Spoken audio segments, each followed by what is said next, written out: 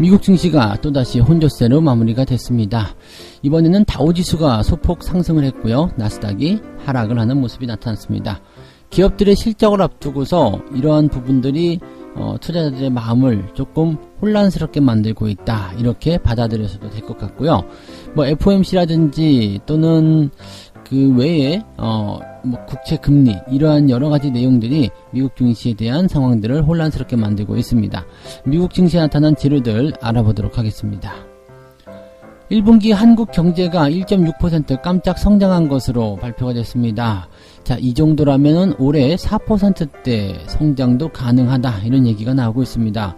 자, 이렇게 깜짝 성장을 한 배경에는 수출과 수입, 이 부분들이 모두 좋아졌다라는 얘기가 있는데, 자, 경제 성장률이 좋다라는 거 아직 체감을 하지는 못하고 계실 거예요. 근데 왜 이렇게 경제 성장이 일어나고 있다라고 얘기하고 있는지, 또 이것이 정말 좋은 것인지 알아보도록 하겠습니다. 최근에 가장 뜨거운 종목들 보시면 철강주, 그리고 해운주, 조선주 뭐 이런 식으로 되어 있을 겁니다. 경기가 회복하게 되는에 따른 그런 경기 민감주들의 상승 계속 지속되고 있고요. 특히 철강주 쪽으로 관심들이 많이 쏠리고 있고, 또 덩어리에서 빠져나온 자금들이 이렇게 철강이라든지 해운이라든지 이런 새로운 섹터 쪽으로 이동하는 것도 많이들 포착이 되고 있습니다. 철강주, 해운주, 증권사들이 연일 좋다라고 하고 목표 주가를 상향 조정을 하고 있는데, 과연 계속 봐야 되는 것인지 알아보도록 하겠습니다.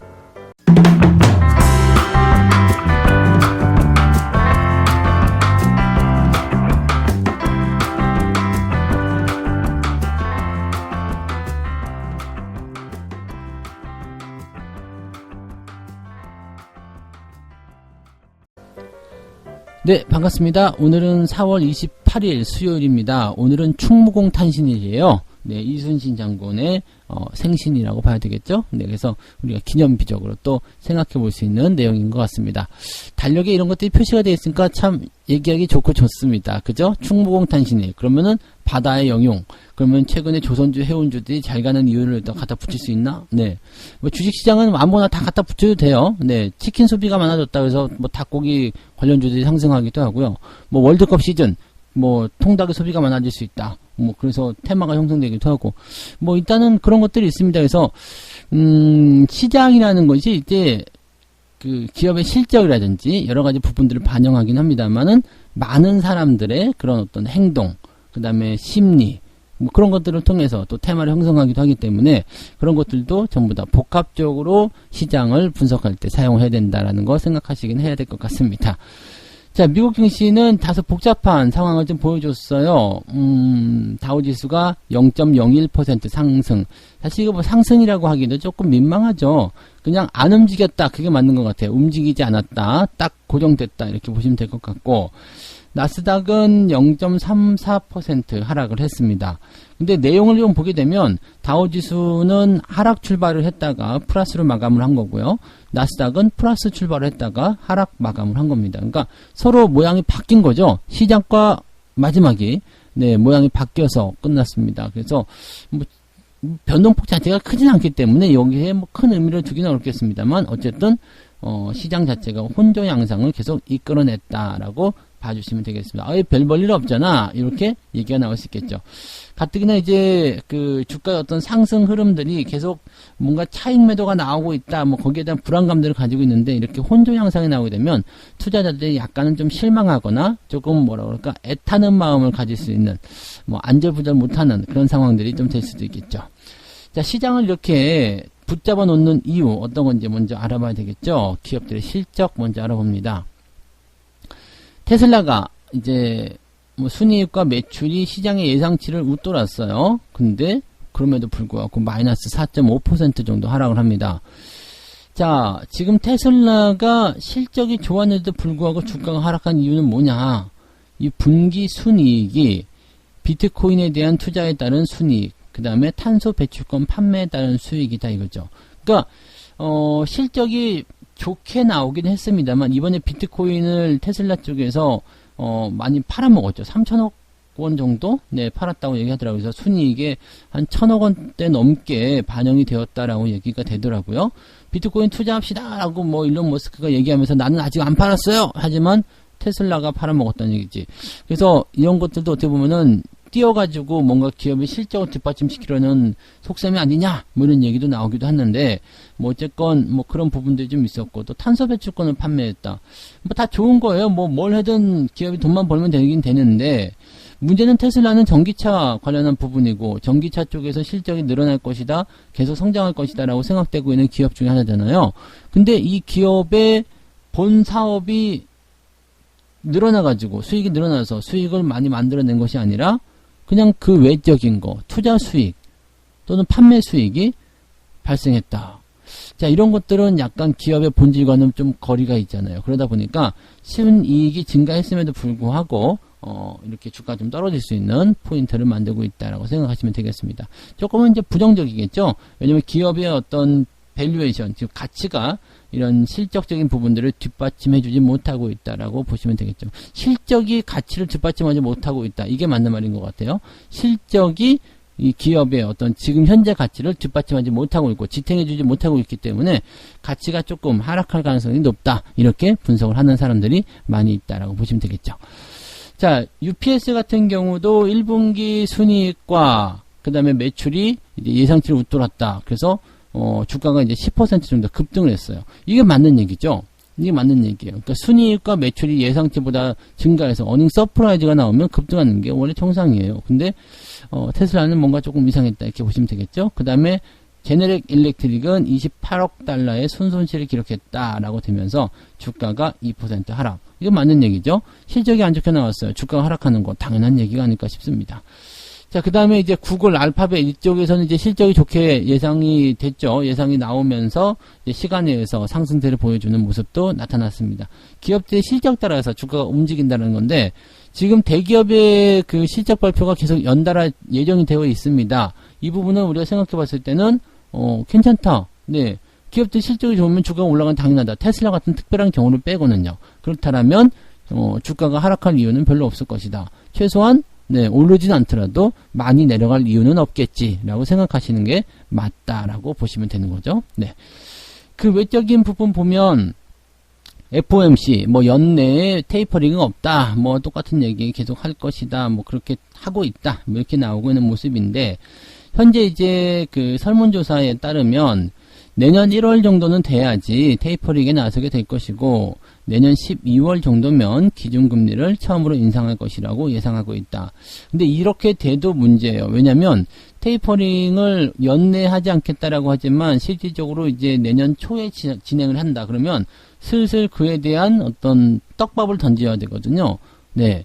자산 축소할 수 있어, 뭐 어쩔 수 있어 등등에 대한 부분들을 만들어내야 되거든요. 그래서 뭐 물론 그 전에 이제 경제 성장률이 높아져가지고 당연히 이렇게 해야 한다 이렇게 얘기가 나올 수도 있겠습니다만 미리 떡밥을 던지게 된다면 지금 현재 시점에서 테이퍼링을 뭐 생각보다 빠르게 진행할 수 있다라든지 뭐 내년 초에 진행할 수 있다라든지 이런 식의 얘기가 나와버리게 되면 시장은 출렁거릴 수 있다는 얘기죠.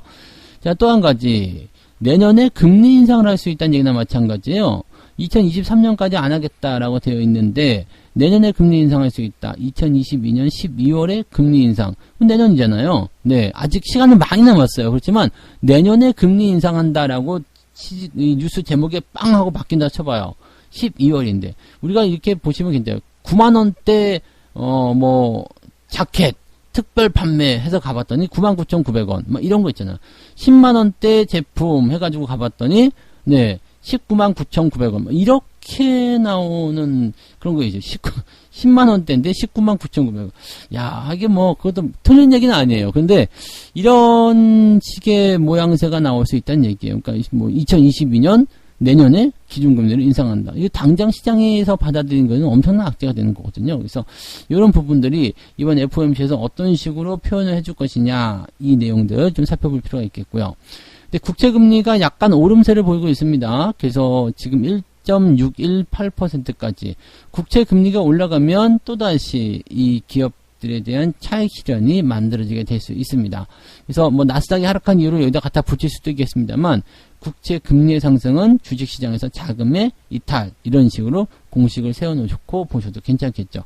근데 어쨌든 국채 금리가 먼저 올라가는 경우는 많지 않기 때문에요. 지금은 이제 매도에 대한 압박이 커진 시점도 아니고요. 그래서 이런 그 10년물 금리 이 부분에 대해서는 너무 큰 걱정을 하지 않아도 될 것 같다. 정말 이것이 계속 올라가게 된다라면, 크게 상승해서 다시 뭐 1.7, 1.8 막 이렇게 나가버리게 된다라면 시장은 다소 흔들릴 수는 있겠습니다. 왜냐하면 매도를 하고자 하는 사람들이 많아지기 때문이다라고 보실 수 있는 부분이라서, 그러면 아마도 뭐 연동에 대한 포인트, 즉 뭐 기준금리라든지 또 인플레이션 이런 이야기도 또 같이 끌려 나오게 되겠죠. 그러면서 시장을 조금 불안하게 만들 수 있다, 이렇게 보시면 되겠습니다. 근데 뭐 어찌됐건 이번 주에는 나쁜 소식은 없어요. 지금 경제 지표도 다 좋게 나오고 있죠. 뭐 FOMC도 뭐 말을 어떻게 하느냐에 따라 달려있지만 당장은 부정적인 거 없습니다. 기업 실적도 좋게 나오고 있어요. 몇몇 것들만 조심하시면, 그죠? 타겟팅 된 것들만 조심하시면 시장은 아무 문제가 없습니다. 그렇다는 것은 지금은 전반적인 상황은 괜찮지만 너무 많이 올라가서 고평가가 됐다거나 아니면 투자할 만한 가치가 없거나 또는 과도한 리스크가 있는 것들만 제거해 놓으면 여러분들이 그냥 수익 내기는 나쁘지 않은 장이다, 이렇게 보시면 되겠죠. 국내 증시도 마찬가지죠. 이렇게 타겟팅 된 것들만 제거해 놓으시면 여러분들이 편하게 투자하시면서 수익을 계속 올릴 수 있다, 이렇게 생각하셔도 되는 겁니다. 네. 자, 두 번째 이야기로 갑니다. 두 번째 이야기는요, 경제 성장률이 아주 좋다. 요즘에 좋은 얘기가 너무 많이 나와서 살짝 걱정도 되긴 되는데, 자, 지금 경제 성장률 깜짝 성장했다, 올해 4%도 나온다, 뭐 이런 얘기들 나오고 있습니다. 가능한 이야기예요. 가능한 이야기고, 이게 왜 가능하냐면 작년에 이미 개판을 쳤단 말이에요. 작년에 안 좋았잖아요. 작년에 안 좋았기 때문에 이게 당연하게도 급격한 성장세를 보이는 것이 당연하다. 그러니까 지금 보면은 2019년도 1분기 때가 이제 마이너스 1.3%대, 그 다음에 2분기 때 마이너스 3.2%대 성장률이었어요. 그 다음에 작년 3분기 때 2%대, 그 다음에 작년 4분기에 1.2%대 성장을 하긴 했습니다만은 실제로 이제 2020년도 작년에는 마이너스 성장률이 있었죠. 그리고 나서 올해로 넘어오면서 1.6% 성장했다. 자, 그렇게 호들갑 떨 일은 아닙니다만 경기가 살아나고 있는 입장에서는 당연한 거고요. 작년치 대비해서 올해도 성장 4%, 이거 평상시에는 못하는 거예요. 근데 작년에 마이너스 성장이었기 때문에 평소에 이제 한 3%대 성장하고 있었다라면 작년에 마이너스 성장한 것을 같이 봤을 때 올해 4% 가능하다, 이렇게 얘기가 나올 수 있는 거죠. 그러니까 성장에 대한 규모가 뭐 이렇게 폭발적으로 증가해가지고 뭐 이렇게 뭐 경제 상황이 좋아진다, 이런 것이 아니라 작년에 워낙 나빴기 때문에 그 나쁜 것을 기준점으로 봤을 때 성장률이 그 정도 나올 수 있다라고 보시는 거죠. 이것이 일종의 착시 현상이라고 보시면 되겠습니다. 와, 경기 되게 좋아졌네 라고 생각되겠지만 실제로 체감할 수 없는 부분들은 거기서 나오는 거죠. 그냥 평상시처럼 있다가 굉장히 나빠졌어. 그러다가 다시 평상시로 돌아갔을 때 이제 좀 살만하네, 이렇게 느끼는 것 같은 그런 느낌이라고 생각하시면 되겠습니다. 자, 이 성장세가 나오게 된 배경은요, 민간 소비와 수출이었다라고 되어 있습니다. 소비가 많이 늘었죠. 요즘에는 뭐 그 실내 쇼핑몰이니 뭐 어디니 가보면 바글바글 버글버글 막 장난 아닙니다. 돈 못 써가지고 그냥 무슨 어떤 한이 맺힌 사람들처럼 막 써대시더라고요. 네, 이거 어떻게 보면은 뭐 기업 경제를 살리거나 그렇게 되면서 좋은 걸 수도 있겠습니다만 약간의 보복 심리 같은 거 있잖아요. 보복 소비라고 하죠. 그동안 억눌려서 밖에 나가지 못했었던 것들, 뭐 그런 것들이 폭발적으로 수요가 증가하는 것을 이제 보복 소비라고 하는데, 최근에 이제 가전제품, 자동차 이런 내구재 중심으로 재화 소비가 많이 늘어났다. 차나 바꾸자, 에라이 타고 다닐 때도 없는데 차를 바꿔요. 뭐 그런 것들 좀 있고, 또 그 선물 보내는 그런 어떤 배달 뭐 이런 것들이 많이 늘어나면서 소비재가 많이 늘어나고 있다라고 봐주시면 되겠습니다. 여기다가 이제 그 거래두기 이런 것들이 좀 다시 재개가 돼서 좋아지기 시작하면 아마도 이제 오프라인 쪽에서도 이제 대면적인 그런 또 소비도 같이 늘어나지 않겠느냐, 이렇게 보여지는 부분도 있습니다. 수출도 괜찮아요. 수출도 꾸준히 좋고 수입도 꾸준히 좋은 뭐 상황이긴 합니다만 수출이 이제 눈에 띄는 모습이겠죠. 1분기 수출이 전분기 대비해서 1.9% 성장, 그러면서 자동차와 스마트폰의 수출이 호조를 보이고 있다. 일단 경기 회복에 따른 그런 자연스러운 내용이라고 보시면 될 것 같아요. 그래서 이렇게 되면은 당연히 수출이 증가하면서 포지션들이 이제 이 수출 관련한 또 경기 관련한 그런 부분의 종목군들이 올라갈 수밖에 없겠죠. 수출 관련한 부분들은 당연하게 네, 조금 이따 말씀드릴 해운주라든지 조선주라든지 다 포함되죠. 그러면서 경기가 회복하고 있다. 그다음에 뭐 이 체력이 좋아지고 있다. 이 내용 자체만으로도 시장이 상승할 수 있는 배경은 충분히 있다라고 보실 수 있는 내용입니다. 지금 이렇게 해서 지난 4분기부터 시작해가지고 올 1분기까지 예상치를 웃도는 성장률 발표 이렇게 되면서 이제는 네, IMF 쪽에서 우리나라 경제 성장률 전망치를 이제 3.6%로 상향 조정을 또 했고요. 골드만삭스라든지 JP모건 이런 투자은행 쪽에서는 평균 전망치를 3.9%까지 높였다라고 되어 있습니다. 골드만삭스와 JP모건이 나쁜 평가를 내리는 것은 아닙니다만 투자은행이라는 점에서 네, 살짝 믿으면 안 가죠. 약간 얘네들은 부풀리는 경향이 좀 있거든요. 그래서 그런 내용이 좀 있고요. 정부 입장에서도 일단은 3% 중후반대 성장을 할 것이다 라는 계산을 좀 보여주고 있습니다. 변수로 본다라면 이제 확진자가 계속 늘어나고 있다는 거, 백신 보급이 조금 늦어지고 있다는 거, 뭐 그런 정도의 모습일 것 같다 생각되고요. 그 다음에 차량용 반도체가 없으면서 이제 자동차를 만들지 못하는 상태, 공장이 멈춘 상태, 이런 것들이 만들어지다 보니까 여기에서 이제 부담감, 이런 것들이 생길 수 있겠죠. 근데 이런 것들은 좋아지는 과정에서 나타나는 부분이고요. 이 코로나와 관련된 부분에서는 일단, 올 가을쯤 되면 해소가 될 것으로 생각됩니다. 아무리 못해도 올 가을쯤 되면은 백신에 대한 부분에서의 뭐 솔직히 부담감 뭐 이렇게 그런 것들은 없으리라 생각합니다. 그래서 일단은 편하게 좀 보셔도 좋지 않겠느냐 이렇게 말씀을 드려볼 수는 있겠습니다. 경기가 좋아진다. 이것은 나쁜 이야기는 아닙니다. 다만 경제 성장률에 대한 부분들이 약간 뻥튀기 된 부분이 있다. 왜? 작년도에 워낙 네, 많이 내렸기 때문에 뻥튀기 된 경향이 있다. 이렇게 보시면 되겠습니다. 잘 생각해 보세요. 우리가 5만원짜리 주식을 샀어요. 근데 코로나 때문에 이게 25,000원까지 떨어졌어. 그러다가 다시 6만원까지 올라갔거든요. 그럼 잘 생각해 보세요. 우리는 25,000원부터 6만원까지 올라갔기 때문에 몇 %예요? 이게 네, 많죠. 많이 올라갔어. 뭐 네? 그죠? 한 100% 넘게 올라갔네요. 그죠? 100% 넘게 올라갔어. 그래서 와 엄청나게 올라갔다라고 할 수 있겠습니다만 실제로 5만원부터 6만원까지 상승한 부분을 생각해야 돼요. 우리는요. 그러니까 밑에 거는 뭐예요? 보너스. 즉 정상치보다 많이 떨어진 부분들은 보너스 국면이고요. 내가 생각했었던 내가 매수했었던 정상치 5만원에서 6만원까지 20%죠? 네, 20% 정도 올라간 것밖에 안 되는 거예요. 그러니까 그 정도로 우리가 생각하셔야 돼요. 약간의 착시 현상 그런 거 있을 수 있다라는 거 꼭 명심하시면 좋겠습니다.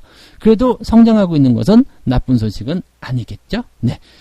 자, 세 번째 이야기 가도록 하겠습니다. 시간이 또 이렇게 됐네. 빨리 가야 되겠습니다. 뜨거운 철강주 2분기도 날아오른다. 난 여기서 약간 좀 걱정돼요. 네, 철강주 요즘에 굉장히 뜨겁다. 이 철강주에 대한 부분들은 뭐 잘 알고 계시겠지만 작년 가을 정도부터 이제 인프라 투자가 확장되기 시작할 때 당연히 얘네들 주목받는다 그랬죠. 건설, 철강 이런 원자재 관련주들 주목받는다. 그때 말씀드린 게 포스코라든지 이런 철강주들 대체적으로 좀 많이들 말씀드렸을 거예요. 그리고 나서 이제 슬슬 그런 부분들이 실적이 잡히기 시작하고 주가 상승하고 되니까 그 다음에 그때는 또 이제 IT 관련주라든지 이런 것들이 막 주도를 하고 있으니까 그쪽으로 많이 갔죠. 자동차라든지. 근데 그 사이에 얘네들은 많이 올라간 거예요. 이게 준비를 많이 하고 있었던 거죠. 그러면 IT 관련주를 때리고 뭐 자동차 때리고 배터리 때리고 하다 보니까 어떻게 돼요? 우르르 자금들이 나온 것이 맞아. 철강주가 있었지. 그래서 그쪽으로 확 몰려가 들어가는데 시기가 잘 안 맞아요. IT 매수할 때도 보세요. 이렇게 막 쭉쭉쭉 올라가고 나서 그 다음에 들어갔는데 지금도 많이 올라간 상태에서 근데 보면은 뉴스나 이런 쪽에서 보면은 계속 좋아질 거다라고 얘기하고 있죠. 철강주가 올라가는 이유는 당연해요. 경기 민감주 섹터이기도 하고 경기가 회복되면은 당연하게 건설, 조선, 중공업 좋아지게 되고 원자재, 철강 수요 당연히 많아지게 됩니다. 그래서 요즘에는 공급이 네, 굉장히 딸리고 있다라고 합니다. 수요가 많아지니까 공급이 딸려요. 수요가 많고 공급이 딸린다. 그럼 가격은 상승하게 되어 있습니다. 이거 뭐 당연한 이론이죠. 그래서 이런 부분들. 지금 원자재 가격 계속 상승하고 있고요. 그 다음에 여기다가 하나 더 이 중국 쪽에 탄소 배출 저감을 위한 이 철강 감산 정책이 나타나게 되면서 공급량이 크게 줄어들었어요. 그러니까 비싼 돈 주고도 살래요! 라는 이야기가 나올 수밖에 없다. 이렇게 보시면 되는 거죠. 그러니까 철강제들의 어떤 그런 원자재 가격 인상, 그 다음에, 이런 그 경쟁 기업들의 감산, 이런 것들이 굉장히 호재가 된다. 여기서 한 가지 생각할 거. 원재료 가격이 상승하는데 왜 좋아요? 부담되는 거 아닙니까? 아니에요. 기업들은 전혀 부담되지 않습니다. 왜? 원재료 가격이 올라갔어? 그만큼 상품 가격 올리면 그만이에요. 네. 올릴 때 원재료 가격이 100 올랐어요. 그러면 상품 가격, 원재료 가격이 100 올랐으니까 상품 가격도 100 올릴게요. 이거 천만의 말씀. 한 120 올리죠. 130 올립니다. 그래서 원재료 가격이 올라간다는 것에 대한 핑계, 상품 가격 올리기가 너무나 좋잖아요. 근데 원재료 가격이 다시 내려가면 네, 그냥 가격은 그대로 유지하는 거 잘 아시잖아요. 그래서 기업들의 실적은 그런 식으로 늘어납니다. 그래서 제품의 어떤 인플레이션 그런 것들과 같이 성장할 수 있는 기업들을 공략하는 것이 나쁘지 않겠죠. 워렌 버핏의 코카콜라 이런 것들이 그런 것들에 포함된다라고 생각하시면 되겠습니다. 자, 그럼 해운주는요. 당연하지. 앞서서 말씀했지만 수출이라든지 이런 것들 많이 늘어날 수밖에 없어요. 그럼 당연히 경기 성장에 대한 부분들은 이렇게 나오고 있습니다. 지금은 배가 없어. 배가 없기 때문에 지금 조선주도 같이 올라가고 있잖아요. 이게 물동력이 워낙 많다 보니까 배도 없고 뭐 이제 가격을 많이 준다고 해도 가지도 않고 막 그래요. 배짱. 그 다음에 요즘에 BDI 지수 난리가 아닙니다. 3000포인트 넘어갔나요? 그 정도 육박한 거 봤는데 자, 예전에 2007년도 그 전에 해운주들 막 올라갈 때 있었잖아요. 2007년, 2005년, 6년 막 이럴 때 그때는 HTS였던가요? 네, HTS가 아니지. 걔네들 이름 뭐지? 이름도 벌써 잊어버렸다. 그 해운주들 엄청나게 올라간 애들 있었잖아요. 영어로 된 애들이요. 그 HTS는 네, 저거지. 홈 트레이딩 시스템이죠. 네. 네. 뭐였지? 갑자기 기억이 안 나네요. 하여튼 뭐 조선 해운주들, 네, STX예요. 제가 모르는 게 아니에요. 아시죠? 네, 비슷하잖아요. HTS, STX. 네, 비슷했다 이거죠. 이런 걸 빵빵 터지면 안 돼요. STX. 자, 얘네들처럼 이렇게 막 올라가야 돼. 그 당시 BDI 지수가 2000대 조금 초반 넘어가고 막 그랬었거든요. 그때에서 2000대 넘어간다 해서 막 박수치고 막 좋아하고 막 그랬었어요. 근데 지금 BDI 지수가 뭐 3000에 육박한다. 3000 넘어섰다. 뭐 이런 얘기 나올지 모르는데. 지금 이 BDI 지수가 올라가는 거, 건화물 운임 지수예요. 운임 그게 올라가면은 해운주 당연히 올라가요. 그 다음에 조선주 당연히 올라갑니다. 지금 배가 없어서 나르지 못하고 있어요. 이 정도.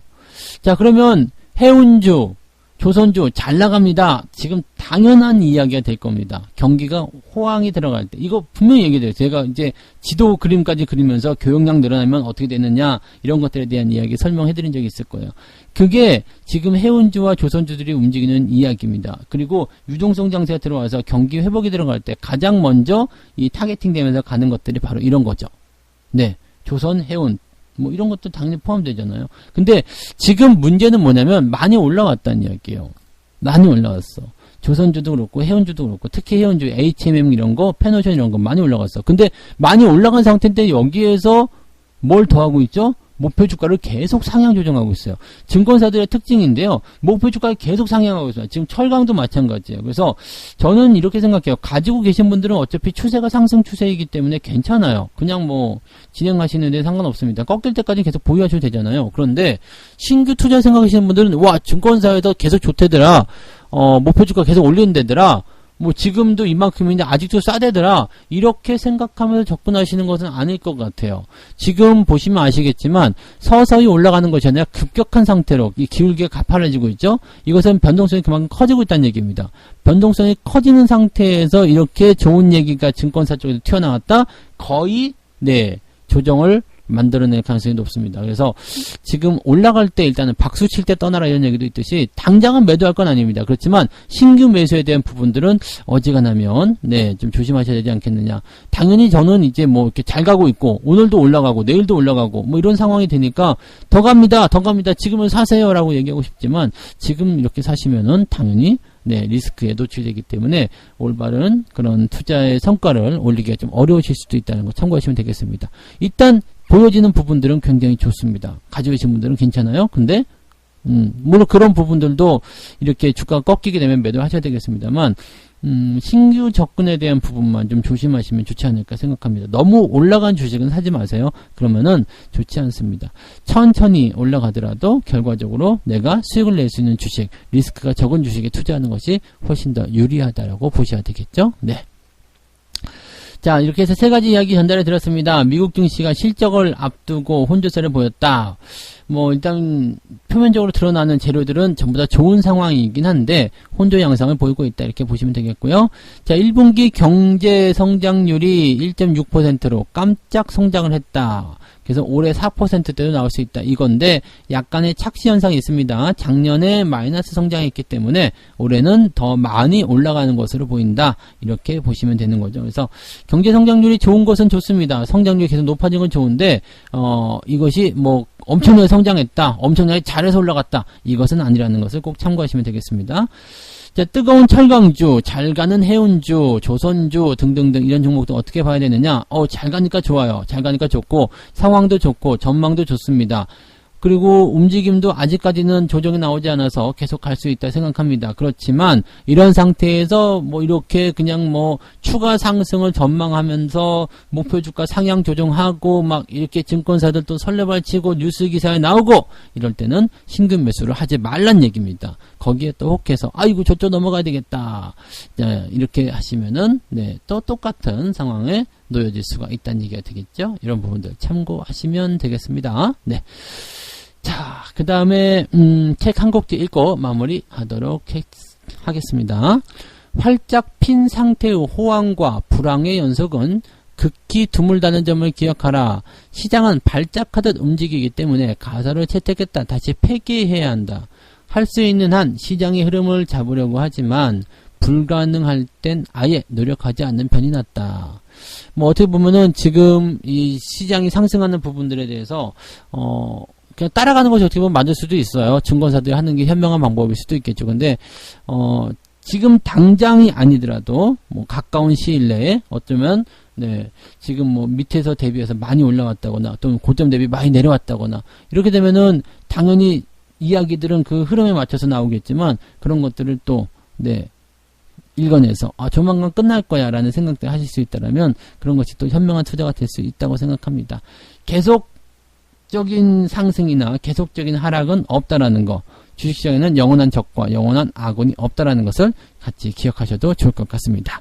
저는 오늘 여기까지 이야기 해드리고요. 장중시장 때 다시 오겠습니다. 오늘도 성공 투자하시기 바랍니다. 고맙습니다.